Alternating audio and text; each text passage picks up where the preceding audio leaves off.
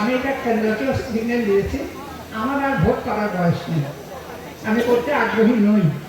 আমার সাপোর্ট থাকবে। আমি যখনই ভিন্ন ফোরামে আমি যখনই বলেছি, সুযোগ পেয়েছি যে এখন একটা কবিতা আছে, যৌবন যার যুদ্ধে যাওয়ার সময় তার।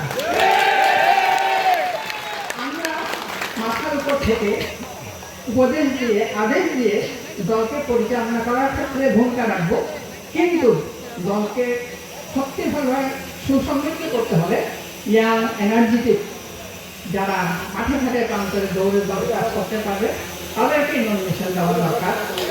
আমার বিশ্বাস কেন্দ্র সেটাই করবে, কারণ আমার মতে যে আমাকে থাকতে চলতে যদি সাহায্য করতে হবে, সাহায্য না করলে আমি বেশি দৌড়াতে পারবো না। আমাদের বয়স আমাদের শত্রু, সুতরাং এটা শত্রু আমি বলবো না, এটা হলো প্রকৃতির নিয়ম। বয়স হলে মানুষকে আস্তে আস্তে ছেড়ে দিতে হয়। যেমন আমার দাদারা ছিলেন, তারপর দাদারা তারা ছিলেন, আস্তে আস্তে সবাই আস্তে আস্তে আমার বাবাদের আমল এসছে, এখন আমাদের আমল এসছে, আমিও ছেড়ে দেবো আমার ছেলে মেয়েদের জন্য। সুতরাং পার্টির ক্ষেত্রে আমি বিশ্বাস করি যে আমরা যারা বয়স্ক আছি আমরা পার্টিকে সাহায্য করব, পাশে থেকে, সামনে থেকে, মাথার উপর থেকে, কিন্তু মাঠে ঘাটে নেমে দৌড়ানোর বয়স আমাদের নাই। সুতরাং আমার 100% ভোট থাকবে ইয়াং এনার্জেটিক প্রার্থীর পক্ষে, এবং আমার বিশ্বাস যে জাভেদ রেজা হবে সেই উপযুক্ত প্রার্থী।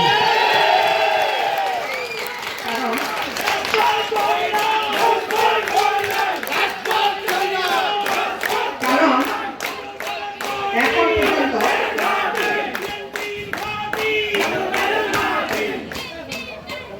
আমরা দেখেছি এখনো মাঠে ঘাটে ময়দানে গিয়ে সেই সংগঠিত করে চলেছে পার্টিকে। সুতরাং সামনে যদি ভালো একটা পজিশন পায় তার এনার্জি আরো বেড়ে যাবে এবং সুসংগঠিত করার আরো বেশি সুযোগ পাবে।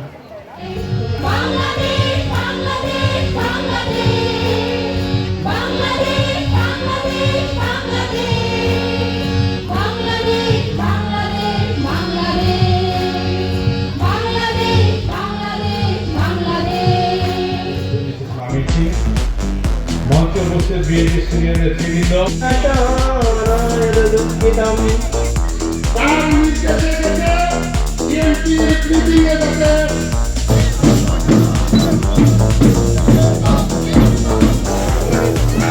আজকের সমাবেশে